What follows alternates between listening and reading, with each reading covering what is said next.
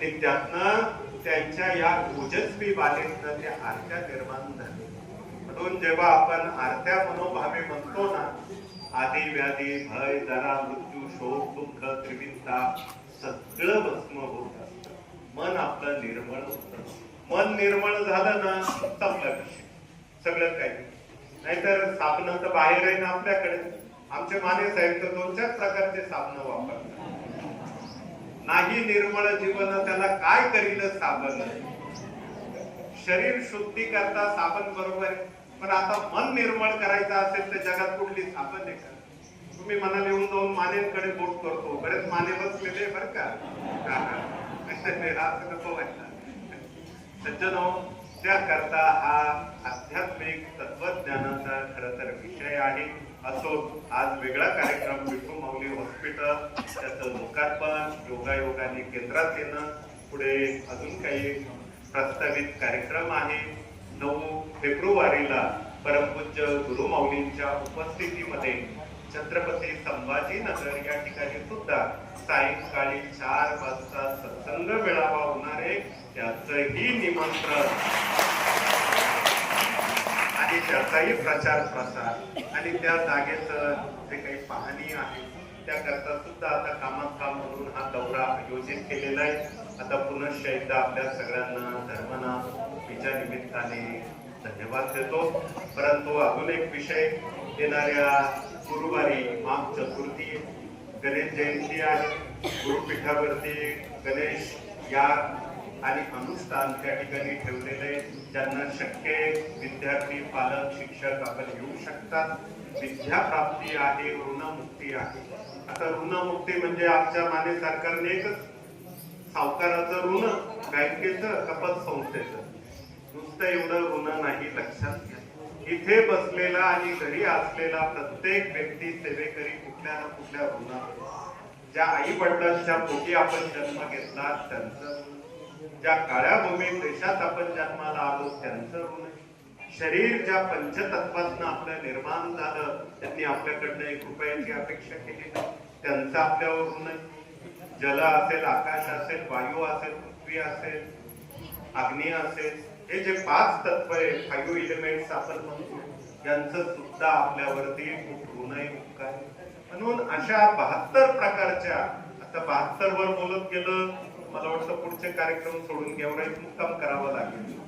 म्हणून आता वाणीला विराम करण्यापूर्वी परत एक विषय, या ऋणातनं आपल्याला मुक्त होणे, विद्यार्थ्यांना विद्या प्राप्ती करता यश मिळणं आहे. याकरता गणेश पूजन अनुष्ठान कार्यक्रम दिनांक 22 तारखेला गुरुवारी 9, 9:30 किंवा 10 वाजेपर्यंत आपण गुरुपीठात येऊ शकता, त्यात सहभाग घेऊ शकता. हे झाल्यानंतर पुढे दुसऱ्या दिवशी 23 तारीख आहे. 23 जानेवारी पासून तर 27 जानेवारी पर्यंत आपल्याला नाशिक या ठिकाणी युथ फेस्टिवल, कृषी महोत्सव यामध्ये सहभागी व्हायचे. सज्जनो, आज भले आपण नोकरी करत असाल, व्यवसाय करत असाल, पण 50-100 वर्षापूर्वी आपले सगळे पूर्वज हे कृषक होते, शेतकरी होते. शेतकरी सुखी तर जग सुखी. आणि म्हणून आज आपण शेतकऱ्याची परवड दुःख बघतो. अहो, एक शेतकरी आपली मुलगी शेतकऱ्याच्या पोराला बायको म्हणून देत नाही. शेतकऱ्याच्या मुलांच्या लग्नाचा प्रश्न आहे रविवारी, आणि त्यातही नैसर्गिक आपत्ती. पूर्वी आपण मराठवाड्यामध्ये 8 जिल्ह्यात दौरे घेतले. नांदेड असेल, अगदी जालना असेल, संभाजीनगरचा काही भाग, पुढे परभणी असेल, नांदेड करत करत धाराशिव, लातूर वगैरे सोलापूर पर्यंत आपण गेलो. 8-9 जिल्हे आपण घेतले. आणि परिस्थिती काय होती?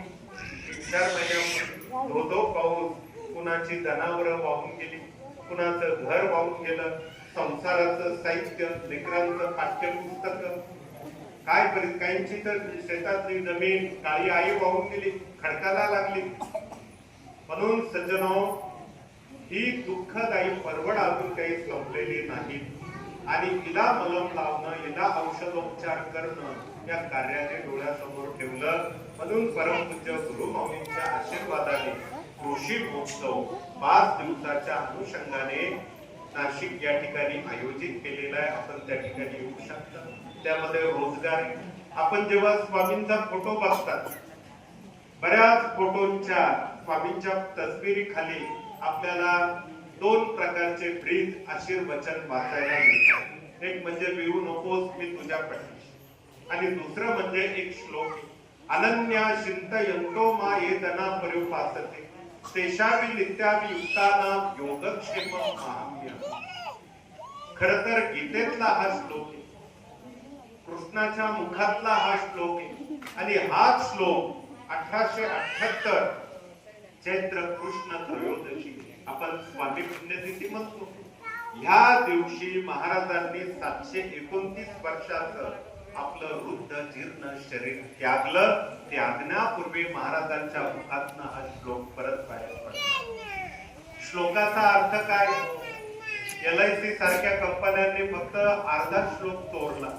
योगक्षेमं माम्यम असे दोन हात दाखवतात आणि ते स्लोगन. बरोबर आहे ना? शिंदे सरकार त्याकडे आहे LIC, हा त्यांना माहित आहे, बघा विचारा.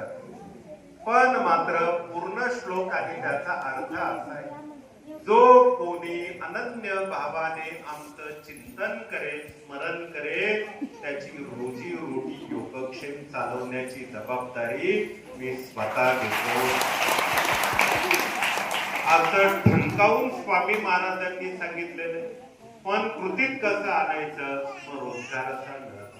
हजारो मुला मुलींना बँका